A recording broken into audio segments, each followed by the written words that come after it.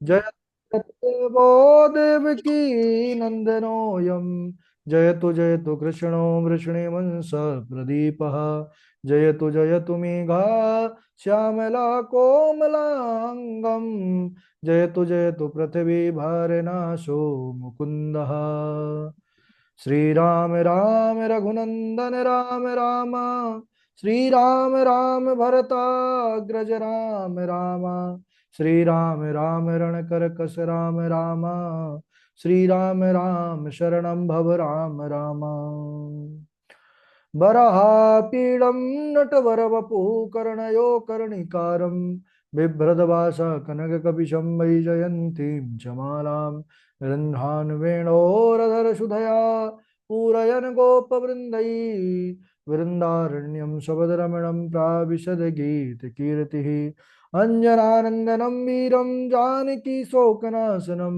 कपीशमक्षहन्तारं वन्दे लङ्काभयङ्करम् भक्ति भक्त भगवंत गुरु चतुर नाम बपु एक इनके पद वंदन किए नाशत विघ्न अनेक श्री श्यामाजू के पद कमल जब लग हृदय नवास श्याम भ्रमर आवत नहीं तब लगता के पास बोले वृंदावन बिहारी लाल की जय भागवत महापुराण की जय सुखदेव भगवान की जय परम मंगल में परात्पर अखिलेश्वर अचिंत कल्याण गुणगण निधान सर्वेश्वर सर्वाधिपति अकारण करुणा वरुणालय अकारण करुणाकारक सकल जन कल सापहारक परात्पर पर ब्रह्म सच्चिदानंद स्वरूप परम पिता परमात्मा श्री राधा गोविंद सरकार राधा रमण बाधाहरण श्री बांके बिहारी लाल का यह वांगमय शब्दमय विग्रह श्रीमद् भागवत महापुराण कोटि कोटि नमन कोटि कोटि प्रणाम इस परम पावन पुराण ग्रंथ पारमहंसों की पावन संहिता श्रीमद् भागवतम को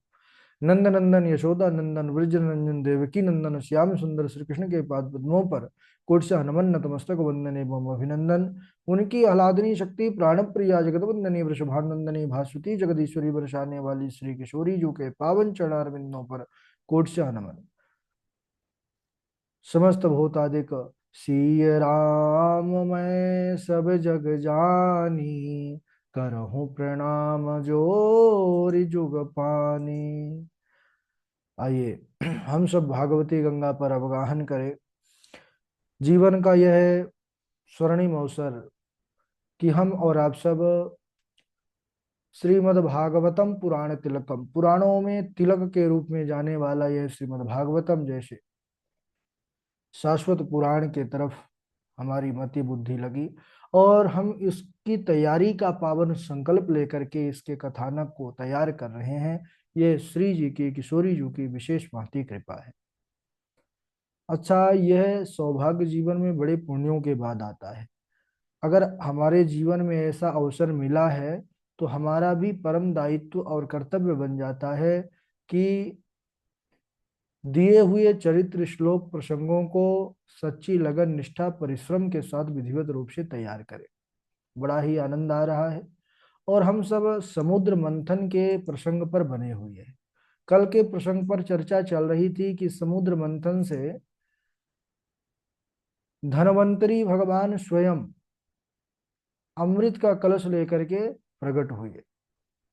धनवंतरी भगवान उन्हीं से ही यह महाराज हमारा आयुर्वेद और जो भी एक पद्धति है, उपचार की पद्धति, औषधि की पद्धति, ये उन्हीं से प्रारंभ हुआ। अच्छा, राक्षस लोग तो राक्षस ही है, लपट गए, झीना झपटी करके छुड़ा लिए। स्वयं उनके अंदर भी वो नहीं था प्रेम सौहार्द, आपस में भी लड़ने लगे। तभी भगवान मौका देखकर मोहिनी रूप लिए, मोहित करके देवताओं को अमृत पिला दिए। स्वरभानु नाम का एक दैत्य था जो बड़ा होशियार था। वो समझ गया कि ये देवता लोग फायदे में हैं, हम भी फायदे में रहना चाहते हैं। देवता बन के सूर्य चंद्रमा के बीच में बैठ करके अमृत पान कर गया। लेकिन भगवान ने चक्र सुदर्शन से उसका सर धड़ से अलग कर दिया, दो भाग हो गए। अमृत का स्पर्श हो गया इसीलिए मारा नहीं। राहु केतु यह ग्रह बन गए और आज भी वही शत्रुता मानता है। तो पूर्णिमा अमावस्या के दिन सूर्य चंद्र ग्रहण ग्रसने पहुंचता है। अब इधर देवता लोग दैत्यों से जीत गए, दैत्य पराजित हो गए और आकर के गुरु जी के पास, अपने शुक्राचार्य जी के पास निवेदन करने लगे। अच्छा, उस युद्ध में बलि मूर्छित मरणासन स्थिति पर हो गया था, तो बलि को उठा करके लाए। तो गुरु जी जो उनके हैं, यह मृत संजीवनी विद्या के मृत संजीवनी का तात्पर्य यह है कि मरे को भी जिलाने का जिसमें सामर्थ्य हो, वह है मृत संजीवनी। तो गुरु जी इस शुक्राचार्य जी इसके ज्ञाता थे, और यह शुक्राचार्य जी मृत संजीवनी विद्या भी हमारे भूत भावन महादेव से ही प्राप्त किया था, क्योंकि मृत्युंजय ही मृत संजीवनी का उपदेश कर सकते हैं, सबके बस की बात नहीं है। और मृत्युंजय इसलिए हमारे महादेव को कहा जाता है। अब इधर कहते हैं कि भोले बाबा को पता चला तो यह भी मोहिनी रूप देखने आए, और लेकिन मोहित तो हो गए। कल के प्रसंग पर हम सब ने इसको भी श्रवण किया। तब भोले बाबा अंत में भगवान की माया को प्रणाम किए और अपने कैलाश को चले आए। सुखदेव भगवान कहते हैं कि हे परीक्षित, आठवें मनुष्यावरणी होंगे। अच्छा, अभी जो वर्तमान में मनवंतर चल रहा है, कौन सा चल रहा है? संकल्प सुनते हैं, करते हैं, सप्तमे वैवस्वत मनवंतरे, और उसी की कथा चल रही थी अभी, जो हम सब सुन रहे थे। सातवां मनवंतर, आठवां कौन सा होगा? आठवां होगा, उसमें कौन से मनु होंगे? बोले मनु सावरणी होंगे, नौवें दक्ष सावरणी होंगे, 10वें ब्रह्म सावरणी, 11वें धर्म सावरणी, 12वें रुद्र सावरणी, 13वें देव सावरणी, और 14वें मनु इंद्र सावरणी होंगे। इस प्रकार 14 मनुओं का वृत्तांत आता है। राजा परीक्षित श्री सुखदेव जी से प्रश्न कहते हैं कि गुरुदेव, मृत संजीवनी विद्या के द्वारा जब शुक्राचार्य जी ने दैत्यों के राजा बलि को जीवित कर दिया, तो फिर बलि ने आगे क्या कार्य किया? सुखदेव भगवान कहते हैं कि जब गुरु जी की कृपा से उसने जीवन को पाया, तो जीवन गुरु सेवा पर ही लगाने का निश्चय कर लिया दैत्यराज बलि ने। गुरु जी की तन मन वचन से सेवा करने लग गया। और एक दिन गुरु जी प्रसन्न हो गए और चेला से वरदान मांगने को बोले कि मांगो, क्या चाहिए? बोले महाराज, मैं देवताओं से बड़ा दुखी हूँ, मैं उनसे हार गया हूँ, तो मुझे आप देवताओं से जीतने का सामर्थ्य प्रदान कीजिए। जब ऐसा कहा तो अब गुरु जी ही थे, गुरु जी प्रसन्न थे। उन्होंने कहा ठीक है, इसके लिए तुमको यज्ञ करना होगा, विश्वजित, जिससे तुम विश्व को जीतने का सामर्थ्य प्राप्त करो। विश्वजित नामक यज्ञ करवाया। उस यज्ञ से सोने से मढ़ा हुआ दिव्य रथ निकला सज्जनों, दिव्य घोड़े, अक्षय तरकस, धनुष बाण, सारी युद्ध की सामग्रियां वहां से निकली, रथ पर थी।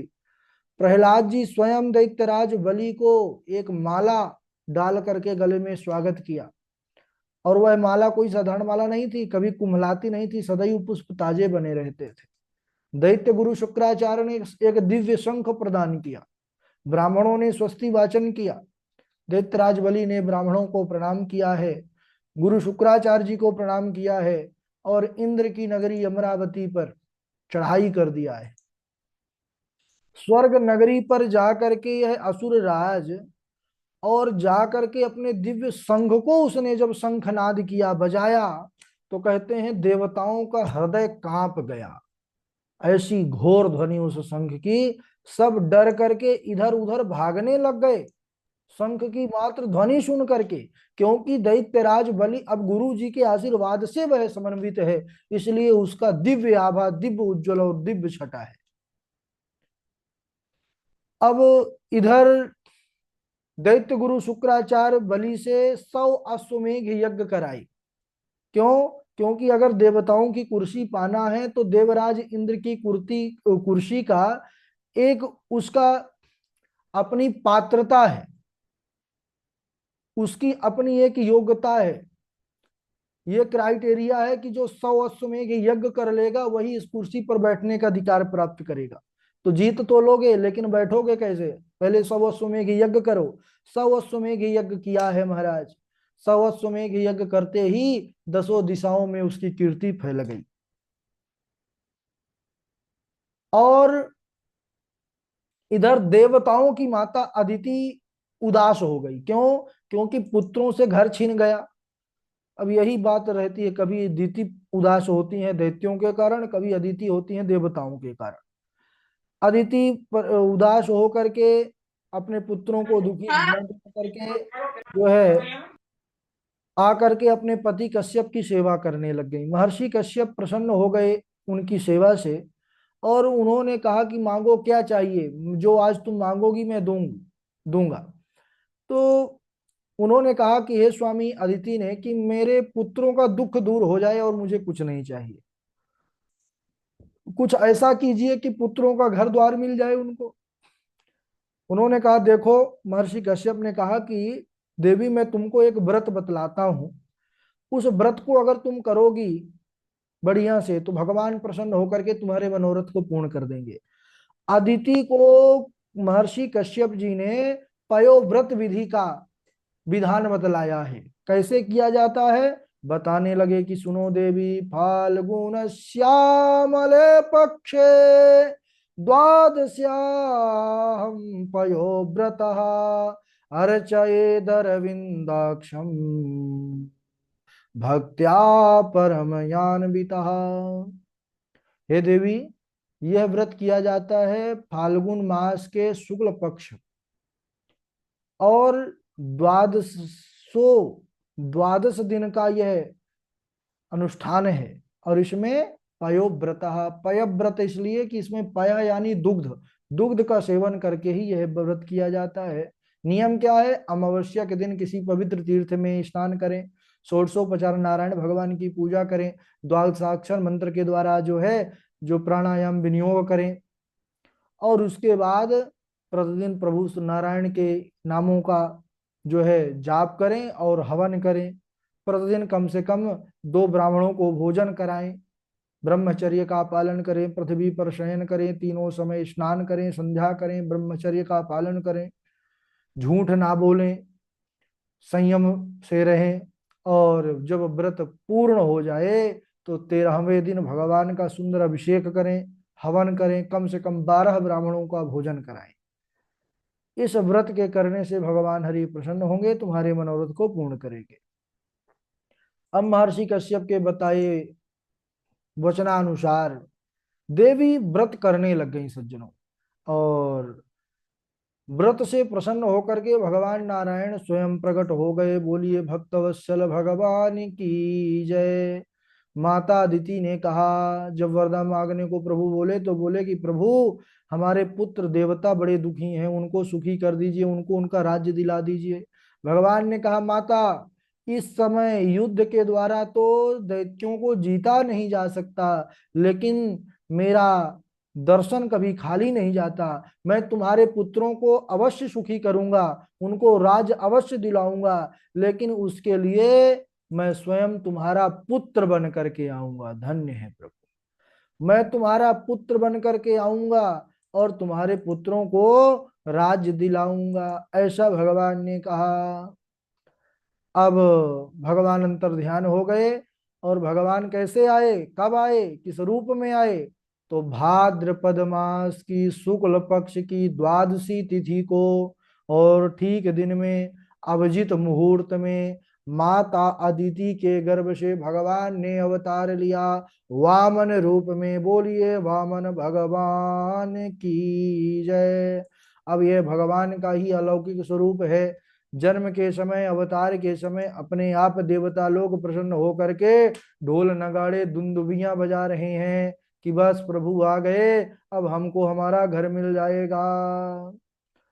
अब महर्षि कश्यप ने उनका जात कर्म संस्कार किया। अच्छा, वामन नाम तो इसलिए रखा क्योंकि उनका स्वरूप केवल बामन अंगुल का था, बामन अंगुल के ही थे, ज्यादा बड़े नहीं थे, तो बामन रख दिया उनका नाम। इसके बाद उपनयन संस्कार हुआ। समय आने पर गायत्री मंत्र के अधिष्ठात्री सविता देवता ने गायत्री मंत्र प्रदान किया, बृहस्पति ने यज्ञोपवीत प्रदान किया, कश्यप ऋषि ने मेखला प्रदान किया, पृथ्वी ने कृष्ण मृग चर्म प्रदान किया। इसी प्रकार सभी देवताओं ने अपना अपना कुछ चिन्ह प्रदान किया। चंद्रमा ने पलाश का दंड, माता अदिति ने कोपीन, ब्रह्मा ने कमंडल, अपने दिव्य कमंडल में से एक कमंडल प्रकट करके दे दिया, यक्षराज कुबेर ने भिक्षा का पात्र दे दिया, और साक्षात जगत जननी माँ जगदम्बा अन्नपूर्णा ने भिक्षा प्रदान किया। भिक्षाम देहि कृपावलंबन करी माता अन्नपूर्णेश्वरी। और जब भिक्षा मिल गई तब वह आगे की यात्रा करने लग गए। कहा? देवताओं का काम बनाने के लिए पहुंच गए। अरे बामन का भेष बनाया, अरे राजा बलि के द्वारे आया। प्रभु ने अनोखा रूप बनाया है।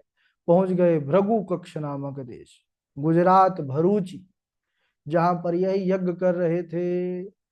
कौन? दैत्यराज बलि। जैसे ही वामन भगवान अपने अलौकिक तेज से समन्वित होकर के और दैत्यराज बलि के नगर पर पहुंचे हैं, दैत्यराज बलि स्वयं आकर के भगवान का स्वागत किया, हाथ जोड़ करके क्या कहा? स्वागतम हो नमस्तुभ्यं ब्रह्मन् किं करवाम ते ब्रह्मर्षीणाम तपः साक्षान् मन्ये त्वर्य वपुर्धरम। स्वागतम ते नमस्तुभ्यम ब्रह्मन् किं करवाम ते। हे प्रभु, आपका स्वागत है इस दास के इस छोटे से राज्य में। बतलाइए मैं आपकी क्या सेवा करूं? आपको देख करके ऐसा लग रहा है ब्रह्मर्षि नाम तपः साक्षात् मन्ये त्वार्य वपुर्धरम।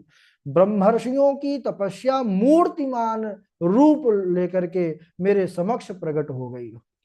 अरे आज आपके यहाँ आने से हमारे पितर तृप्त हो गए, हमारा जीवन सफल हो गया, हम धन्य धन्य हो गए। अब इस प्रकार बड़ी महिमा गा रहे हैं। भगवान जब देखे कि यजमान जो है बड़े प्रसन्न हैं, पूछने लग गए दैत्यराज बलि कि कहिए ब्राह्मण, आप तो बड़े छोटे से हैं, बड़े प्यारे दिखते हैं, तो क्या चाहिए? कुछ मांग लीजिए। अब राजा तो राजा है, उन्होंने कहा मांग लीजिए, मैं आपको क्या दूं, क्या चाहिए? अगर आपको गाय चाहिए तो गाय देता हूँ, सोना चाहिए सोना देता हूँ, घर चाहिए घर, राज्य चाहिए राज्य देता हूँ। अगर विवाह करने की इच्छा है तो छोटी सी सुंदरी सी ब्राह्मणी कन्या को देखकर आपके साथ विवाह भी करा दूंगा। वामन भगवान मुस्कुराने लगे, बोले नहीं विवाह नहीं करना है। क्यों? विवाह में बड़ी झंझट है। बोले हाँ महाराज, अब गृहस्थ आश्रम है। बोले हम तो बस भजन करेंगे। और तो महाराज क्या चाहिए आपको, बतलाइए, कुछ मांग लीजिए, हमारे यहाँ पर आए हैं। बोले नहीं नहीं हमको कुछ नहीं चाहिए, हम तो बड़े संतोषी हैं। बोले अच्छा। अब बार बार जब लेने की मांगने की इच्छा देखने लग गए कि अब इनकी है राजा जी की, दैत्यराज बलि की, तो भगवान ने थोड़ा प्रशंसा किया है। कहने लगे अरे राजन, तुम्हारे वचन तुम्हारे कुल के बिल्कुल अनुकूल ही हैं। तुम्हारे जैसे जितने भी पहले राजा थे पूर्वज तुम्हारे, सब बड़े उदार थे। अब ब्राह्मणों को, अरे ब्राह्मणों को तो मान लीजिए सब कुछ देने के लिए, पूरा प्राणों तक देने के लिए तैयार रहते थे। और आज तक तुम्हारे कुल में ऐसा कोई उत्पन्न ही नहीं हुआ जो ब्राह्मणों को वचन दे करके उससे मुकर गया हो। इस प्रकार बड़ी बड़ी बातें जो है कहने लग गए। और उन्होंने बतलाया कि अरे आपके पिता जो विरोचन थे वह तो इतने बड़े ब्राह्मण भक्त थे कि एक बार देवता ब्राह्मण वेश में आ गए और उनसे उनकी आयु का दान मांगा। वह जानते हुए भी कि यह देवता है, लेकिन ब्राह्मण वेश का ऐसा सम्मान कि उन्होंने अपनी आयु का दान कर दिया। बलि ने कहा प्रभु आप देखने में बड़े छोटे हैं, लेकिन देखिए कितनी बड़ी बड़ी बातें करते हैं। मेरे कितने जो है पूर्वजों का, मेरे कुल की कितनी बड़ी गाथा आप जानते हैं। बताइए आप कौन हैं, क्योंकि मुझे तो ऐसा लग रहा है जो आप देखते हैं वह है नहीं। कस्तम ब्रह्मन, भगवान ने कहा अपूर्व, मुझे पता नहीं। अच्छा। बलि ने कहा क्वच तव वस्ति, कहाँ पर आप निवास करते हैं? बोले अखिलम ब्रह्म सृष्टि, संपूर्ण ब्रह्मांड ही मेरा निवास है। भगव इसके बाद बलि ने कहा कि कस्ते त्रातः, आपके रक्षक कौन है? वामन भगवान ने कहा अनाथः, मैं अनाथ हूं, मेरा कोई नाथ नहीं है, मैं स्वयं सबका नाथ। भगवान ही तो है सबके दीनानाथ। बलि ने कहा क्वच तव पितरऊ, तुम्हारे माता पिता कौन है? भगवान ने कहा नैव तास्तम स्मरामि, मुझे स्मरण नहीं, क्योंकि कितनी बार मैं किनको किनको माता पिता बनाता हूँ, किसको किसको बताऊं। अच्छा, तो बोले क्या चाहिए? किमते अभिष्टम ददामी, मैं आपको क्या दूं? वामन भगवान ने कहा कि अगर देना ही चाहते हैं तो त्रिपद परिमिता भूमि ही, मुझे मेरे ही चरणों से 3 पग भूमि चाहिए। इतना सुनते ही दैत्यराज बलि जोर से ठहाका लगा के हंसा, बोला हा हा हा। बोला कि अरे महाराज, आप इतने छोटे हैं, इतनी बड़ी बड़ी बात कर रहे थे, और जब मांगे तो क्या मांगे? 3 पग भूमि। अरे 3 पग भूमि ही मांगे थे तो मेरे राज्य में जो सबसे लंबा व्यक्ति है उसके पैरों से नबा के दे देता। आपकी कुटिया तो कम से कम बन जाती। आप स्वयं 52 अंगुल के इतने छोटे हैं, आपके चरण इतने छोटे छोटे हैं, उसमें 3 पग भूमि में क्या होगा? वामन भगवान ने कहा बस 3 पग भूमि से ही सब कुछ हो जाएगा, बड़े संतोषी हैं। बार बार 3 पग भूमि, 3 पग भूमि की बात जब वामन भगवान करने लगे, उधर गुरु जी संध्या वंदन कर रहे थे, शुक्राचार्य दैत्यराज बलि के गुरु जी। तो सोचे कि क्या बात है, ये कोई मांगने वाले जो दिख रहे हैं बार बार, बामन से ना तो वो 3 से ना तो 1 हो रहा है, ना 4 हो रहा है, केवल 3 पग भूमि है। तब आंख लगा के ध्यान लगा के जो है देखा कि भगवान नारायण दिखने लग गए, भागे भागे आए हैं चेला के पास। फिर क्या होता है अब आगे हम अगले दिवस, आज यहीं तक। बाकी आप सब कथा जानते ही हैं कि भगवान 3 पग भूमि से संपूर्ण ब्रह्मांड को नापते हैं, त्रिभुवन को। आज यहीं तक, बारी बारी से सब लोग सुनाएंगे जो आपने श्लोक याद किया है। सर्वप्रथम श्लोक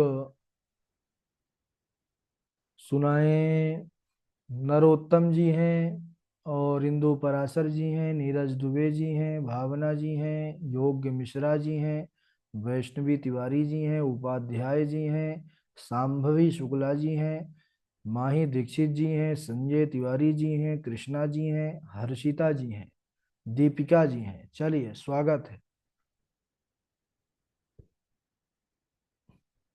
नीरज दुबे जी आप सुनाइए। हमारी आवाज तो पहुंच रही है? गुरु जी प्रणाम। राधे राधे। सुनाइए।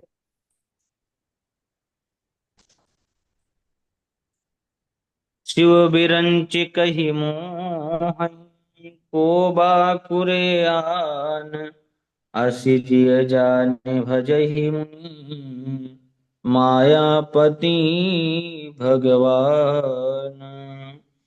मेरी भव बाधा हरो राधा नागरी सोय।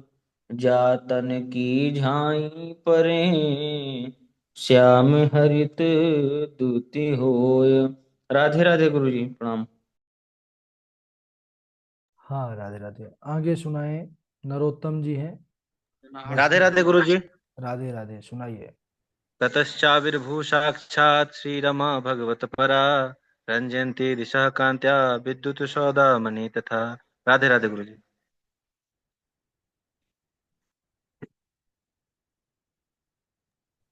राधे राधे गुरुजी प्रणाम। हाँ वैष्णवी तिवारी जी सुनाइए। अर्योऽपि हि संध्या सती कार्यार्थ गौरवे। अहि मुसक वद देवा हैर्थस्य पदवीं गते। जी गुरुजी प्रणाम। हाँ वैष्णवी जी, आगे सुनाए। योग्य मिश्रा जी।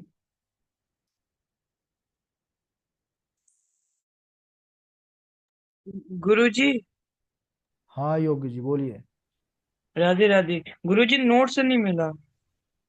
नोट्स तो भेजे हैं आपको, नहीं भेजे तो किसको भेजे हैं? ध्यान से देखिए कि व्हाट्सएप पर तो भेजे हैं, योग्य मिश्रा के नाम से सेव किए हैं जो। गुरुजी एक बार आप और भेज दीजिए। ठीक है, एक बार राधे राधे लिख दीजिए जिस नंबर पर चाहिए। जी। हम्म। चलिए, और कोई सुना दीजिए श्लोक एक। राधे राधे गुरु जी, प्रणाम। हाँ सुनाइए।